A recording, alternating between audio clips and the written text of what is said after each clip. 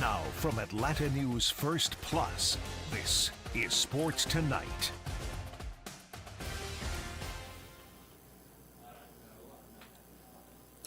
Smile, Ellie. Happy Wednesday, midweek. Welcome to Sports Tonight. I'm sports producer Scott Pennyman here with the great Ellie. Ellie, how you feeling? Nothing happened today. Nothing of consequence. No, we're just gonna chat for 30 minutes about whatever we want. Nothing happened in the last hour. What are you talking about? Before the show started, I'm sitting here. I'm like, you know what? This went from a very quiet day at first to all of a sudden the roof blowing off everything. Oh my what God. a Wednesday! What a Wednesday this is in sports, right? I mean, who saw all this coming? I mean, I didn't. I mean, the big news of the day to start the day, of course, you had Pete Carroll, right? I mean, that was obviously Pete Carroll's the headliner here. Right. That was the big news before this, and then about an hour ago, maybe a little over an hour ago, news that absolutely shook not just the college football world, but the sports world.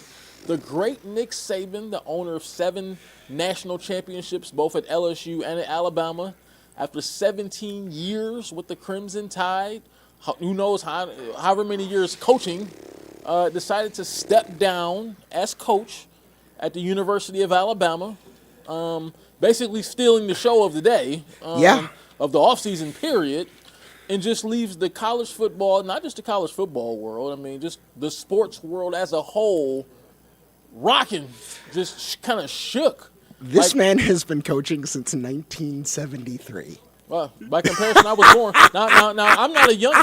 I'm not a youngin' here, right? I was born in 1978, so he had been coaching for 5 years before I was even born. And I'm certainly not too young.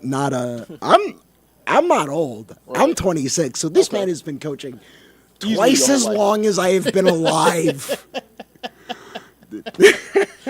Twice as long as you've been alive, and 5 years before I was even born. Jeez. Nick Saban was coaching some football. Neither of us know a world without Coach Nick Saban somewhere in the football world. Look, my just growing up, obviously I grew up a Cleveland Browns fan in Cleveland, Ohio. When I grew up, Nick Saban was the defensive coordinator of the Cleveland Browns under Bill Belichick.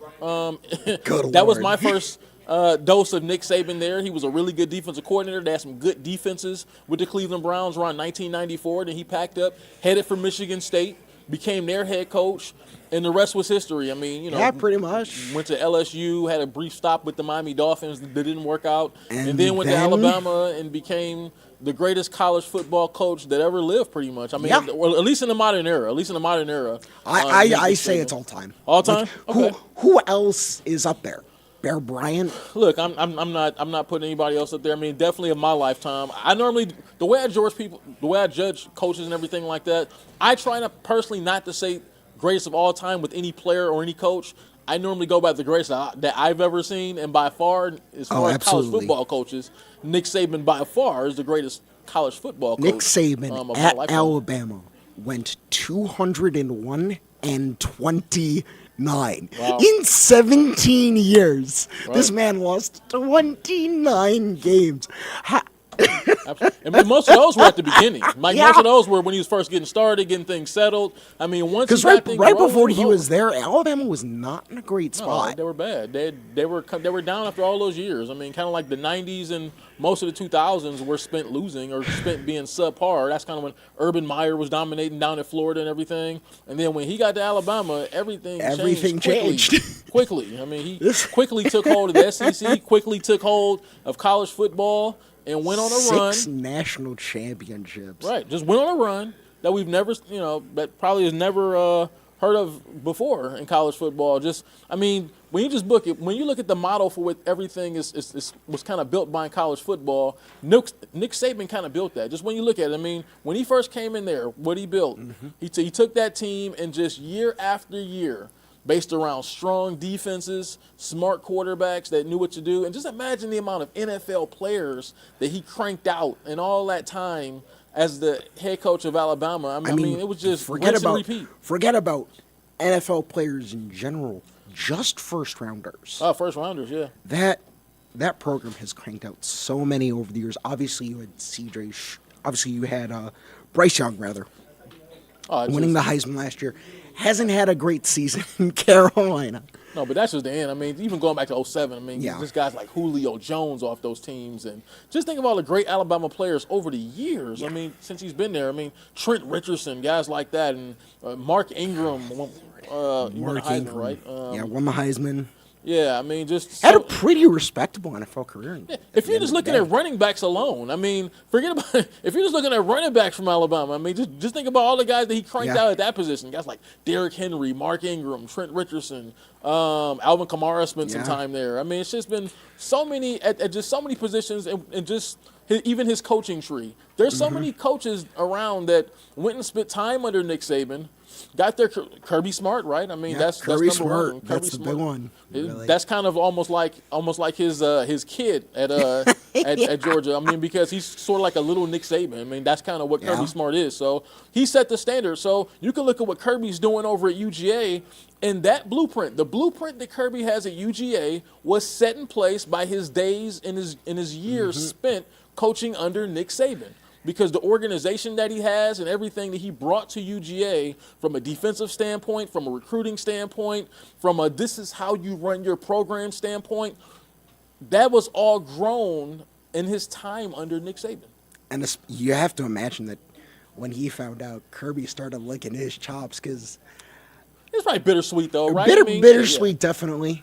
Because obviously, if you're Kirby, you want to have that last match between the two of you go a little bit differently. Yeah. But you have to imagine that it's now wide open for Georgia in the SEC. For sure. And we'll see who takes his place, right? I mean, that'll be obviously one of the most prestigious job openings. I mean, NFL included, right? I mean, when you think about coaching jobs, period, and that are open right now, 7 NFL jobs, the job at Alabama, that's probably the most prestigious of them all. The prevailing rumor right now is that they're going to go after Oregon head coach Dan Lanning. Makes sense. Makes sense. He did coach under. He coached under Kirby. Coach under Kirby, knows the SEC. Makes sense. Whether or not Dan Lanning wants to jump from the Pac-12 to the SEC right before Oregon jumps to the Big Ten remains to be seen. Obviously, you have such a massive coaching tree. You have Kirby, Dabo, Jimbo. Dabo's another Kiffin. thing to watch out for. You know, you've got all these guys where it's like, okay, to a certain extent, Mama's calling. Yeah, and just think about it too, though. Just think about how hard it's going to be for someone to walk in those shoes. Godspeed to So, whoever gets it. I do not envy you. No, this is going to be really hard to walk in those shoes because, you may be a great coach and all that stuff, but when you go into Alabama, look at what the expectation level Nick Saban has raised that program to. It's if you do not win a national championship every year, It the is season natty or is bust. considered a failure. It's considered Every a failure year. if you don't win a championship every single year. So I'm thinking about if you're one of those coaches that has a shot to maybe get that job, how attractive is that, knowing that you're going to a place that you know if you don't win it all every single year, you're kind of considered to be a failure in that And season. especially following up Nick Saban. Right. If I'm considering that job, I'm like, okay, let somebody else go first. Let them fail. Then I can come. But, like, I just talked about a little before we started here with Brett Gilbert, one of the producers here. I asked him, I said, let's say Bill Belichick leaves in New England. Which one of those two jobs would you not want to come behind? If you're a coach, I would much rather go to New England. Okay, so you'd rather come behind Bill Belichick? I'd rather come Nick behind Saban? Bill Belichick because his later seasons post Brady haven't been as great. No, you're right. You're right. But Saban, right until the very end, was a national championship contender. That's true. That's the sort of standard that Saban set, whereas Belichick, it's like, okay, yes, with Brady, he led constant Super Bowl contenders, but, like, recently it's been, okay, it's Mac Jones. That's true. And I'm going to get the opportunity to maybe build around a new quarterback because Mac Jones is not the guy. So, personally, I would pick New England. All right, so the segue into the next topic, what was the cool tweet you saw earlier? Going from Bomani Jones compared poor Pete Carroll to the Farrah Fawcett of sports Twitter. If you remember when Farrah Fawcett died, a certain other cultural icon died the same day and took the spotlight away from this poor woman. That would have been Michael Jackson. I remember that day well. That's kind of crazy, you know. So and that's kind of where we're headed, right? So Pete Carroll steps down as head coach. Steps down. This man was fired. Let's be real. Okay, 2 days ago, he was I was talking trying about. to give him the benefit of the doubt. Two right? days ago, he was talking about wanting to coach this team next season. Maybe it was They're kind of a putting him gentle out nudge. to pasture. You think it was a gentle nudge out the door for Pete Carroll? Gentle. Well, look, let's just be real, okay? Let's just be real about coaching and really what it is. Coaching is sort of a young man's sport. I mean, Yes. let's just be real, especially today, especially the way we're going with the sport of professional football. There's a lot of younger, more innovative minds at the head coaching position, and kind of what we're seeing right now is we're seeing a changing of the guard, right? There's young mid-30-something, early 40-something coaches that are getting into this. They're exciting offensively. They're leading, you know, like Sirianni and Philly and Sean McVay, young minds. Look, it's their turn. A lot of these guys like Bill Belichick. Bill Belichick is 71. Nick Saban is 72. Pete Carroll also 72. These guys are in their 70s. They've been coaching. I'm 45 years old. These guys have been coaching my entire life, if not longer. Bill Belichick was coaching before I was even born. Nick Saban was coaching before I was even born. And probably the same thing with Pete Carroll. So when you look at where those guys are at right now, it's time for them to step aside, right? Yeah. The time has come for those guys to step aside. There's a bunch of young, innovative minds who are in their late 30s, early 40s that are waiting to take over these jobs, that are waiting to have their time to take over these NFL jobs and college jobs. Let them have their time now. These guys are in their 70s. They've made a ton of money. I promise you, Nick Saban is about to go and retire to a huge mansion or wherever he wants to live. He's made like $1 billion coaching or whatever he's made, right? Yeah. So it's no better time than the present for guys like him to step aside and let some of these younger minds sort of step up, and it's their time. Yeah, I definitely think so, and it's going to be really exciting to see, you know, whoever comes next, be it Dan Lanning or whoever the Seahawks pick, or if Belichick goes, whoever the Patriots job goes to. So I think this is a really exciting time in at least head coaching. I mean, look, you got 7 jobs open right now. I mean, you got seven job opportunities in the National Football League, and all these teams are gonna. And all these teams are going to want to go first in this coaching career. They're going to want to move fast to get the best candidates.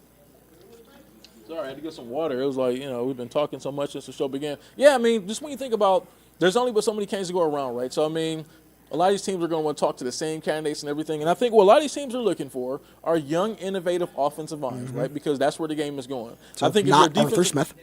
Who? Not Arthur Smith. Well, he's not that old. He just doesn't seem to be very innovative as far as his coaching style. But look, he'll land on his feet. He'll get an offensive coordinator job somewhere in the NFL. But I think that's just kind of what we're seeing right now. So I think Seattle jumps into the fray with a lot of other teams, and we'll see where that ends up, right? The Falcons as well are in that boat right now looking for a head coach. So if you look early here, one of the candidates, obviously – the Falcons have been kind of quiet as far as candidates. I mean, like Tennessee is already asking for permission to talk to 3 or 4 different coaches. They haven't wasted any time, and they just let go of Mike Vrabel. But the Falcons have been kind of quiet so far, leading a lot of people to wonder, are they kind of waiting to see what happens in New England with Bill Belichick? Maybe. Mike Vrabel's name has popped up, if you believe Sports Illustrated, has popped up as a possible name for the Falcons. And I got to be honest, I don't like it. I don't Scott, like could you happen to tell me what happened the last time the Falcons hired somebody from the Titans as their head coach? Oh, well, yeah. He just got let go a few days ago. Exactly. Yeah. If I'm the Falcons, I'm a little bit once bitten, twice shy with guys from the Titans staff, especially Mike Vrabel, because Arthur Smith came from that staff.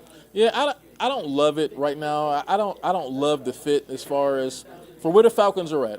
I know every team wants to go after an offensive coach, right? That seems to be the trendy thing. And Arthur Smith was an offensive coach, so I understand their interest in a guy like Mike Vrabel. He's had some success with the Tennessee Titans, so he's a proven quality NFL head coach. Not a great NFL head coach. I think he's a proven quality NFL head coach. Better than So I Arthur understand. Smith. Look, probably better than Arthur Smith. But look, and I started down this road yesterday, and so we had to cut out because the show was ending.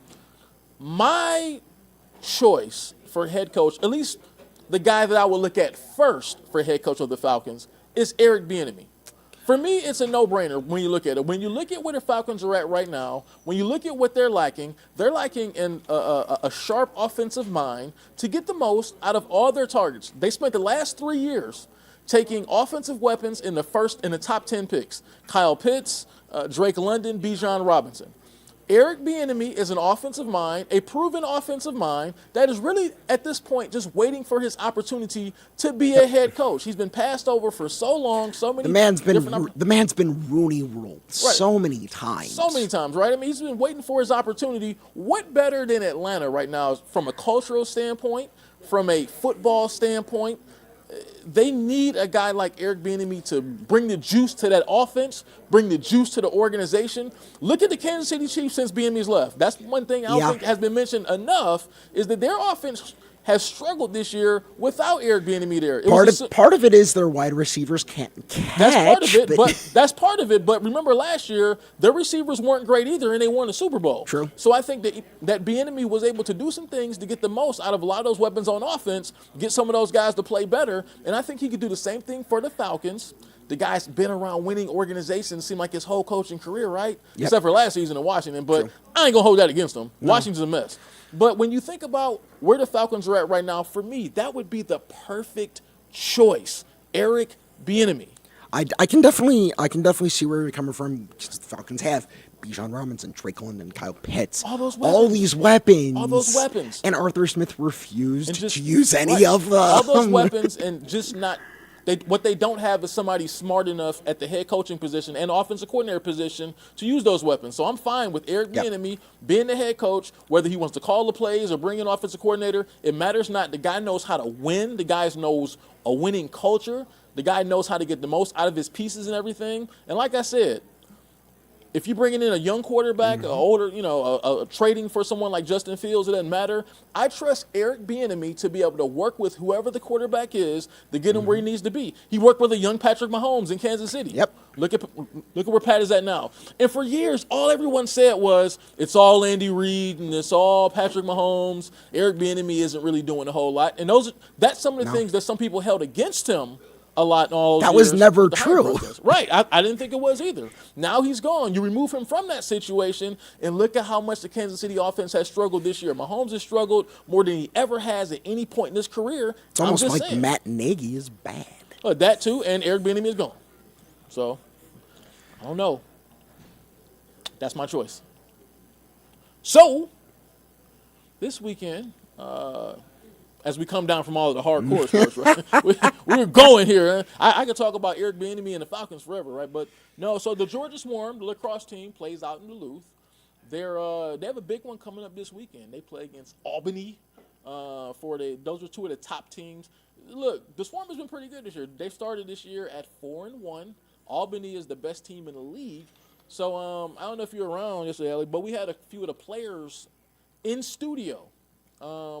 Talking about the game they have coming up, and it's going to be on the Peachtree Sports Network as well, 7:30 Saturday night. So a little lacrosse action. If you're into lacrosse, check it out on the Peachtree Sports Network. That game is 7:30. Big game, early in the season game. So a lot of the players two of the players came in yesterday, and they talked not just about that game against Albany, but about the season so far, the fast start to the season, and kind of when the season's going to go from here, and just kind of how the sport of lacrosse is really growing on some of the fans in the area. We had them in studio yesterday, right out here in our Atlanta News First studios. Check it out. Most of the guys are pretty cool. Take a listen. Yeah, I mean, we're starting off hot, and we have a lot of chemistry, and it's just a matter of building putting all the pieces together. We want to continue to grow. That's what any great team has to do in order to win a championship. So we're playing some good lacrosse, but we still want to grow. We still want to get better. Why are you guys playing so good this year? So far, you think? I think we just have the right pieces. We all believe in our locker room that we have a championship team, from our goalie to our defense, our transition to our goal scorers. I think we all just fit well together. And when you have that and you feel comfortable with your teammates, good things are going to come. So I think we all have a lot of confidence in one another. And obviously a big one this weekend, Albany, right? Who's the #1 team right now in the league. And you guys play them Saturday right here. It's a game that we're going to have. Show. So what's, I guess, kind of preview that part of it.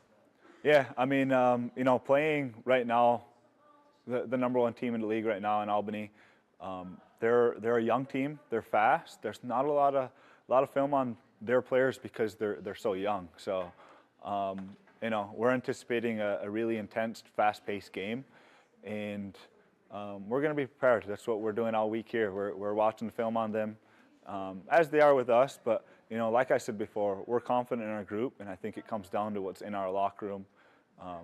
Come Saturday, 7:30, we want to make sure we're on the floor and we're ready to play. We're prepared.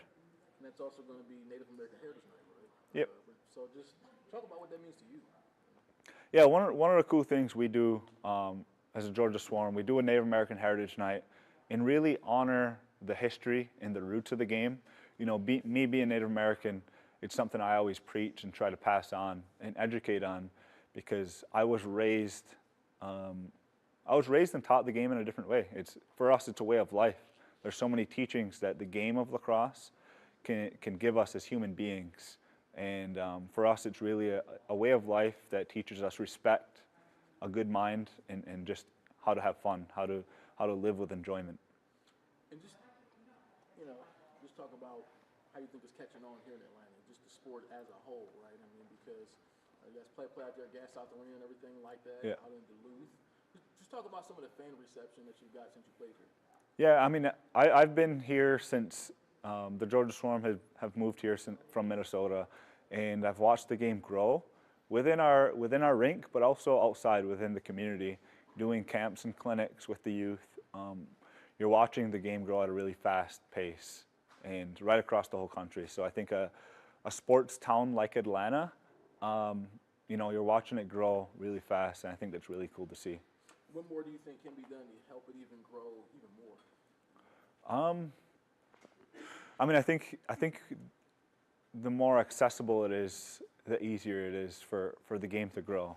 So as long as we're making it accessible for everybody to play, given those options, whether it's in high school, whether it's club program, whether it's house leagues, that's where you're going to start to see the game grow in these small pockets and expand from there. And it just hasn't developed yet here in Atlanta, whereas when you head north to, Washington, D.C., Maryland, New York, you have that sort of format when it comes to youth sports. So I think that's next step. Yeah, it's been a great start. I mean, last season was my rookie year, and I think coming in the league this year, having more experience my second year, it's been a lot better. We started 0-7 last year. So to get some wins early obviously helps. We had a late season push when things started to get together. I think that kind of momentum from the way that last season ended has carried into the start of this year, but at the same time, we know it's a long year, right? We don't want to, continuously, rest on our laurels. We want to keep getting better and better each week. And talking about getting better each week and talking about a hot start, Saturday, you're going to be playing another team who's gotten off to a pretty hot start, Albany, #1 team in your league right now. So just, I guess as far as early season matchups go, how important is that matchup? It's extremely important. We only play them once this year. Unified standings in the league this year makes every game important, and we only play them once. So head-to-head matchup, it's a huge game for us, for them as well. It's a good test for both teams, and I think that as we move forward through the game, it's going to see where both teams are at. And I think that as we kind of continue through the season, we're going to start to see where the kind of chips fall, and you want to get those early ones quickly, and you want to make sure you kind of win them when you can, and make sure you don't have to worry about a late season push again. What do you think, from what you've seen so far, what do you think makes them so tough? Young offense, very young offense. Luckily, I'm a young guy too, so I have a lot of ideas on what a lot of those guys do. I've played against a lot of these guys before, but I think that young, hungry, and fast team, right? That's all you need sometimes, right? And I think for us, we got to stick to our principles defensively. Offensively, we got to play as a team, and we got to get some goals in transition as well when we can, and obviously keep the ball at the back of the net. Yeah. So it's like I asked before. So as far as the reception lacrosse has gotten since you've been here, like you said, you just kind of arrived here. How do you think it's been so far? It's been awesome this year. I've had a couple of people a few times come up to me in the airport and ask for photos. That's really cool to see and see the growth that, someone obviously knows who you are as a person in the community. I think that as the season's gone along, the more success you have, the more people are going to start to come out, right? And the more buzz that are going to get around the city of Duluth and obviously in Atlanta. But I think that, it's been cool to see where the game's gone. I know that a lot of kids play lacrosse here and get them exposed to box lacrosse because it's not really traditional down here in the States. Exposing them to it and start to develop it's been huge. And I think that, the box lacrosse game is something that a lot of kids can gravitate towards. It's fast, it's quick, it's not boring, it's a great atmosphere. So the more people that are there, the more fun they have. And I think that the reception of this team's been great. And you talk about, obviously this is your second year, right? So bad start last year, really good start this year. What's been the difference?